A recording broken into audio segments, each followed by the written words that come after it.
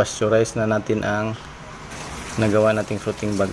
I-pasteurize po natin ito na sa loob ng 2 oras. Hintay lang po tayo ng 2 oras. Pagkatapos i-pasteurize ay hintayin muna natin itong lumamig. Habang naghihintay na lumamig yung fruiting bag na ginawa natin, i-ready natin yung mga gagamitin.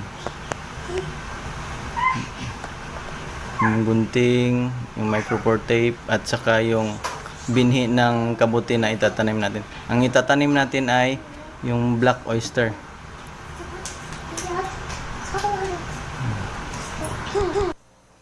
Ito yung binhi ng kabuti.